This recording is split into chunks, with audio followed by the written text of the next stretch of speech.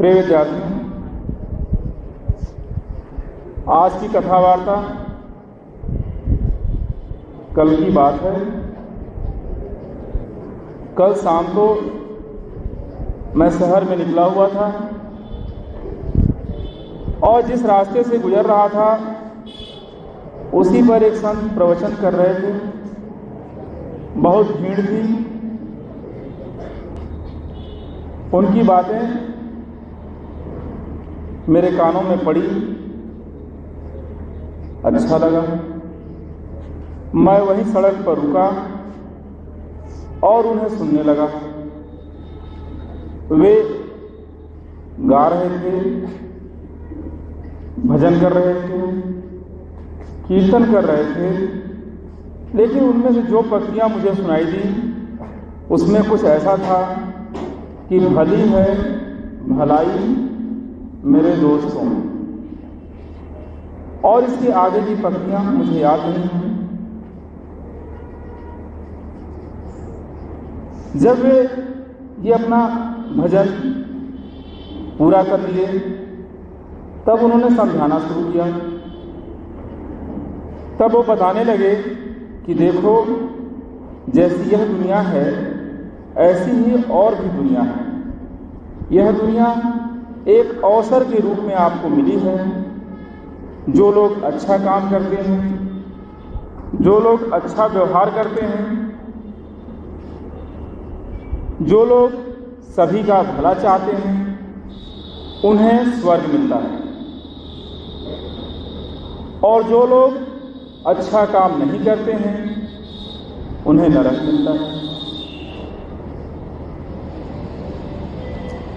आप नरक चाहते हो या स्वर्ग, यह आपके इस समय के कार्य पर निर्भर करता है कि इस समय आप कैसा कार्य कर रहे हैं। जो अच्छा कार्य करता है या जो लोग अच्छे हैं, श्रेष्ठ हैं, पुण्यात्मा हैं, उन्हें स्वर्ग में अच्छी जगह मिलती है, अच्छा ओहदा मिलता है और उसके हिसाब से उन्होंने वैसा ही मुकुट मिलता है। मुकुट जानते हैं क्या होता है? कहाँ पहनते हैं? सिर पे पहनते हैं ना, ताज कहते हैं। ठीक, आपने देखा होगा तमाम देवी देवताओं को मुकुट पहने हुए, देखा है कि देखा? तो संत जी यही समझा रहे थे कि जो अच्छा काम करता है उसे उसके कार्य के हिसाब से मुकुट मिलता है। तो जो ज़्यादा श्रेष्ठ काम करेगा उसे बड़ा मुकुट मिलेगा और जो उससे कम श्रेष्ठ काम करेगा उसे छोटा मुकुट मिलेगा। तो उनका ये कहना था कि आप में से कोई बता सकता है कि किस कार्य के लिए या कैसे व्यक्ति को सबसे बड़ा मुकुट मिलेगा। उनका ये प्रश्न था कि किस व्यक्ति को सबसे बड़ा मुकुट मिलेगा। थोड़ी देर के लिए शांति हो जाती है। फिर एक व्यक्ति उठता है और कहता है, देखिए, मैं बहुत साधारण आदमी हूँ, अपना काम छोड़ करके आपके पास आया हूँ। मैं दर्जी का काम करता हूँ। मेरी समझ में उसे ही सबसे बड़ा मुकुट मिलेगा जिसका सिर सबसे बड़ा होगा। कारण देता है कि जब बड़ा सिर होगा और बड़ा मुकुट होगा तो बड़ा मुकुट छोटे सिर में कैसे फिट बैठेगा? फिट नहीं बैठेगा। फिट बैठने के लिए बड़े मुकुट को बड़ा सिर चाहिए। प्रिय विद्यार्थी, मैं सड़क पर खड़ा ये सब सुन रहा था। उसकी बात पर मुझे हंसी आई। अब आप पता नहीं क्यों नहीं हंसे इस बात पर, लेकिन वहां मुझे उसकी बात पर हंसी आई। लेकिन हंसता भी तो कैसे? मैंने कहा आपसे कि मैं अकेला था। जब कोई अकेला हंसता है तो उसे लोग क्या समझते हैं? वाह, बड़ी जल्दी जान गए। तो अब बताओ मैं कैसे हंसता? और मान लो अगर हंसता भी और कोई देख लेता तब तो और भी मुसीबत होती। फिर सुबह प्रेयर में तुम सभी हंसते मुझको देख करके और मुझे परेशानी अलग से होती कि मैं तुम्हें वो बात बताने जा रहा हूं, अब पहले से तुम्हें पता है। खैर छोड़िए वहां की बात, लेकिन हाँ याद आया, जब हम भी आपकी तरह थे तो हमें कहीं से इस बात की जानकारी हुई थी, तो सिर बड़ा सरदार का और पैर बड़ा गंवार का। तो हमारे दिमाग में एक मेजरमेंट तो बैठ ही गया तभी से कि जिसका सिर बड़ा होता है वो बुद्धिमान होता है। अब ये अलग बात है कि वो सरदार हो न हो, लेकिन जिसका सिर बड़ा होता है वो बुद्धिमान होता है और लंबे पैर वाला गंवार होता है। इस पर बहुत चर्चा तो नहीं करनी है, ये मैं आप पर छोड़ता हूँ कि सिर बड़ा वाला बुद्धिमान होता है कि पैर बड़ा वाला गंवार होता है, ये मेरा विषय नहीं है। लेकिन हाँ, जो जवाब वहाँ उस व्यक्ति ने दिया वह उसकी समझ थी, क्योंकि वह दर्जी है और दर्जी का काम क्या है कि वो नाप लेता है, आपका कंधा नापता है, गला नापता है, पैर नापता है, हाथ नापता है, ये सब। तो सिर की भी नाप लेना उसके लिए बहुत बड़ी बात नहीं। उसके दिमाग में ये बात है कि अगर बड़ा मुकुट पहनना है सिर को बड़ा होना चाहिए। तो इसे आप क्या कहेंगे? यही ना कि यह उसकी अपनी बात है, उसकी अपनी समझ है। तो क्या आपको नहीं लगता कि प्रत्येक व्यक्ति अपनी जरूरत और आवश्यकता के हिसाब से ही परिभाषाएं गढ़ लेता है, परिभाषाएं बना लेता है, चाहे वे प्रवचन करने वाले संत जी हों या फिर जवाब देने वाला यह दर्जी हो या फिर मैं हूं या आप हों। हर किसी के साथ ऐसा है, क्योंकि हम कहीं ना कहीं इसी चालाकी में जी रहे हैं और हम कुछ ज़्यादा ही चालाक हो गए हैं।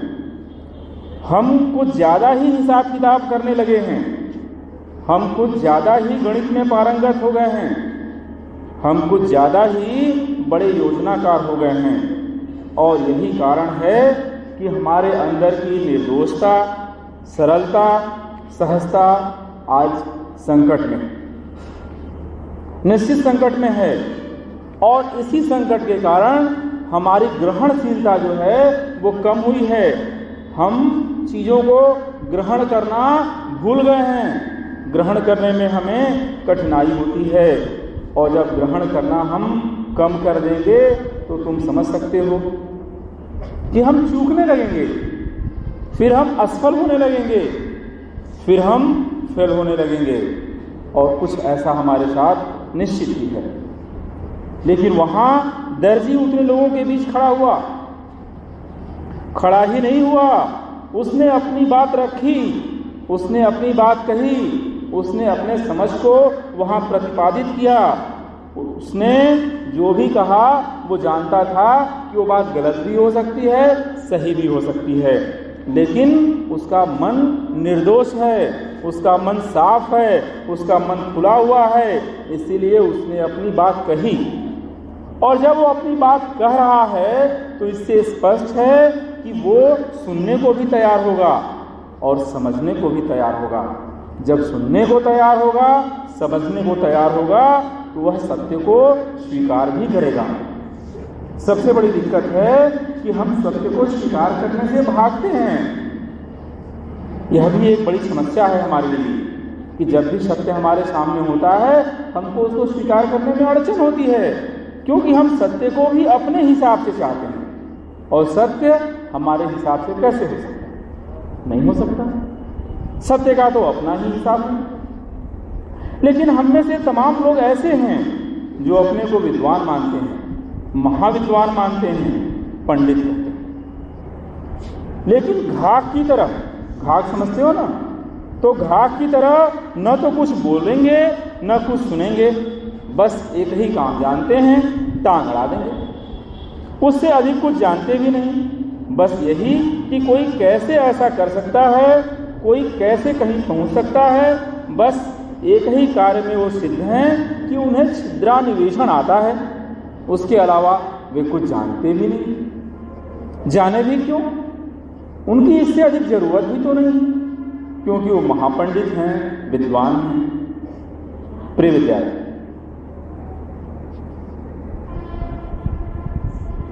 कुछ करने के लिए सरल, सहज और निर्दोष होना बहुत आवश्यक है। जो सरल है, सहज है और निर्दोष है, वह कुछ भी कर सकता है, क्योंकि वह समस्या विहीन है, उसके पास कोई समस्या नहीं है। और जो जटिल है वह स्वयं ही समस्या है, और समस्या सदैव स्वयं द्वारा ही तैयार की जाती है। समस्या कहीं बाहर से नहीं आती। ऐसा नहीं कि मैं तुम्हारे लिए समस्या हो गया, तुम मेरे लिए समस्या हो गए, या कोई किसी और के लिए समस्या हो गया। कोई कभी किसी और के लिए समस्या बन ही नहीं सकता। हम स्वयं अपने लिए समस्या बनते हैं, उसे अलग से और कहीं से नहीं लाया जाता। अब आप ही बताइए, एक छोटा सा बालक है, सरल है, सहज है, निर्दोष है, उसे कोई चिंता नहीं है, उसे कोई फिक्र नहीं है, उसके पास कोई समस्या नहीं है, वो जैसे भी है वैसा ही प्रसन्न है, उसकी जरूरत भी सीमित है। पिता की उंगली पकड़ लेता है, पिता उसे जिधर ले जाए उसे न तो कोई कठिनाई है, न कोई अड़चन है, न कोई चिंता है।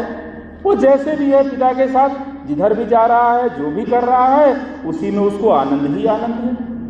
वो किस रास्ते पर जा रहा है, कहाँ जा रहा है, आगे क्या होना है, आगे क्या है, उसे न तो कुछ भी भान है, न भी कुछ पता है, और न वो पता करना चाहता है, न उस समय उसकी वो जरूरत है।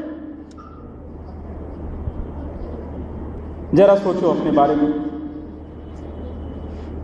तुम कहोगे या मैं कहूं, चाहे यहां शिक्षक हो या घर पर तुम्हारे माता पिता, जो कहेंगे उसका उल्टा ही करने में तुम्हें आनंद आता है? नहीं आता। वो कहेंगे कुछ और तुम करोगे कुछ। उनके साथ कहीं जाना हो तो परेशानी हो जाएगी। वे तुमको कुछ खाने को कहें तो परेशानी हो जाएगी। वे कहें कि चलो हमारे साथ खेल लो, उसमें भी परेशानी। आप ये कुछ भी कहें तो तुम्हें परेशानी होगी, एकदम परेशानी होगी। बताने की जरूरत भी कहाँ, तुम सब जानते हो। क्यों परेशानी? अरे भाई, परेशानी होनी ही होनी है। अगर पापा के साथ कहीं जा रहे हो तो अपने मन वाली कहाँ कर पाओगे? वो कहेंगे ऐसा तो तुम कहोगे नहीं ऐसा।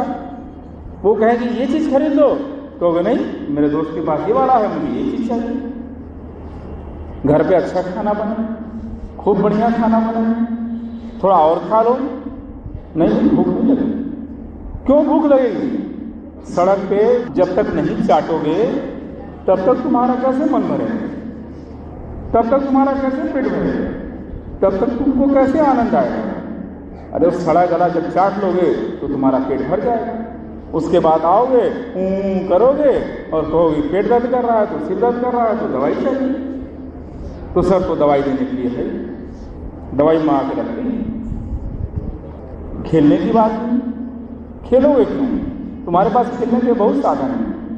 अब मैं यहाँ गिराऊंगा नहीं, गिराऊंगा तो फिर कई लोग का बैग चेक करना पड़ेगा, और ये बात ठीक नहीं है। वैसे तो ठीक है, लेकिन रोज रोज ठीक नहीं है, पढ़ाई प्रभावित होती है। तो मैं कहता हूं कि आप निर्दोष नहीं हैं, आप अब सरल एवं सहज नहीं हैं, और ऐसा है तो आप कुछ भी नहीं हैं और कुछ भी नहीं कर सकते। चाहे लाख सर पीट लें, लाख श्रम कर लें, लाख कोशिश कर लें, आप बहुत कुछ बन जाएंगे, लेकिन वह नहीं बन पाएंगे जो आपको बनना है या जिसके लिए आप बने हैं, आप बनाए गए। प्रिय विद्यार्थी, यह बात समझनी आवश्यक है। कुछ चीजें ऐसी हैं जिन्हें आप तुरंत नहीं प्राप्त कर सकते, क्योंकि उन्हें पैदा होने में समय लगता है। वे समयातीत हैं, वे समय से होंगी, और तुम जल्दी मचाए रहते हो, चाहते हो कि मुंह से निकला कि बस मिल ही जाए, ऐसा हो ही जाए। अब तुम ही बताओ, मैं तुम्हारे ही जिम्मे एक काम देता हूं, मैं तुम्हें एक बीज देता हूं। बीज समझते हो ना, बीज जिसको बिया कहते हो। तो मैं तुम्हें एक बीज देता हूं, और कहूं कि इसे तत्क्षण वृक्ष में परिवर्तित करो। मेरी बात समझ रहे हो? मैंने तुम्हें एक बीज दिया, तुम्हारी हथेली पर रखा और कहा कि इसे तत्क्षण वृक्ष में परिवर्तित करो। क्या संभव? तुम क्या? इस सृष्टि में कोई नहीं है जो बीज को तुरंत वृक्ष में बदल सके।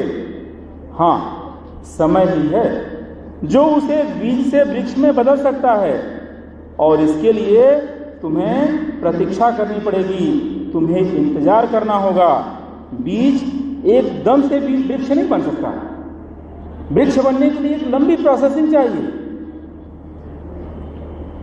तो क्या तुम समझते हो कि ऐसी कोई घटना घटेगी, ऐसा कोई चमत्कार होगा, ऐसा कुछ और हो जाएगा कि एकाएक तुम्हें तुम्हारा लक्ष्य मिल जाए, तुम्हें तुम्हारा उद्देश्य मिल जाए, तुम वहां पहुंच जाओ जहां तुम्हें पहुंचना है, और वो भी तत्क्षण? संभव है? अब तुम्हारे लिए संभव हो सकता है, ये अलग बात है, इस पर मेरा कोई कमेंट नहीं है, लेकिन हाँ, मेरी जानकारी में तो ऐसा संभव नहीं है, और वह भी बिना प्रयास के, बिना श्रम के, बिना कोशिश के और बिना समय लगे। तो तुम इंतजार करो, तुम इंतजार कर सकते हो, मैं कैसे तुम्हें मना करूं? नहीं कर सकता मना। लेकिन हाँ, तुम भी एक बीज की तरह हो। तुम्हें पता है बीज से वृक्ष बनने में कौन कौन सी स्थितियां परिस्थितियां आती हैं, किन किन चीज़ों की जरूरत पड़ती है, जानते ही हो। खाद, पानी, हवा, धूप, सुरक्षा, और जाने किन किन चीज़ों की जरूरत पड़ती है। ढेर सारी चीज़ें हैं, समय परिस्थिति भी है। ठीक वैसे ही जब सब जानते हो तो तुम्हें अपने स्वरूप में आने में क्या क्या चाहिए, क्या बताना शेष है? तुम्हारे शरीर की वृद्धि होनी है, तुम्हारे अंदर जो मस्तिष्क है उसकी वृद्धि होनी है, तुम्हारे ज्ञानेंद्रियों का विकास होना है, तुम्हारे और भी अंगों का विकास होना है। साथ ही साथ तुम्हें एक निर्दिष्ट मार्ग चाहिए, तुम्हें एक सचेतक चाहिए, और तुम्हें अपना विश्वास चाहिए। तब जाकर तुम वह वृक्ष बन सकते हो जो तुम्हारे अपने बीज में छिपा हुआ। प्रिय विद्यार्थी, तुम हो कि बस अपनी वाली में लगे रहते हो? तो क्या फिर तुम जानो, तुम्हारा काम जाने। मैं क्या कर सकता हूँ या कोई भी क्या कर सकता है? जब तुम अपनी ही वाली करोगे तो रिजल्ट भी तुम्हारी ही वाली आएगी, और जब तुम सही रास्ते पर चलोगे, तुम उचित मार्ग का संधान करोगे, तो निश्चित रूप से तुम वहां पहुंचोगे। लेकिन मैं जितना जानता हूं, अगर तुमने निश्चय कर लिया, तुमने ठान लिया और तुम चल पड़े, तो जो स्थितियां परिस्थितियां यहां तुम्हारे साथ हैं, वे तुम्हें वहां तक अवश्य पहुंचाएंगी जहां तुम्हें पहुंचना है, जो तुम्हारा लक्ष्य है। इन स्थितियों को, इन परिस्थितियों में वह सब कुछ है जो तुम्हारी ज़रूरत है, जो तुम्हारी आवश्यकता है, या तुम्हारे लिए जो महत्वपूर्ण तत्व हैं, जो तुम्हारा विकास कर सकते हैं, जो तुम्हारा विकास करते हैं। तो मेरी मानो, इधर उधर ताक झांक, भाग दौड़, कूद फान बंद कर दो। अपने अंदर सरलता, सहजता और निर्दोषता लाने की कोशिश करो, क्योंकि यही मार्ग है जो तुम्हें वहां तक पहुंचा सकता है जहां तुम्हारी मंजिल है। तुम इस राह पर हो भी, लेकिन कभी कभी तुम्हारी बचकानी हरकतें तुम्हें राह से नीचे उतार देती हैं। तुम भटक जाते हो, तुम इधर उधर खो जाते हो। तुम्हें भटकना नहीं है, तुम्हें इधर उधर खोना नहीं है, तुम्हें अपना महत्व समझना है और उसे सिद्ध करना है कि तुम क्या हो, तुम क्यों हो। तुम जो भी हो, जैसे भी हो, जिस कारण हो, उसे पूर्णता की ओर ले जा रहे हो। निश्चित तुम ऐसा कर रहे हो, यह मेरा विश्वास है। प्रिय विद्यार्थियों, आप इस दिशा में लगे रहेंगे, आप सफल हो रहे हैं, आप सफल होते रहेंगे, आप सफल हों। शिवोहम।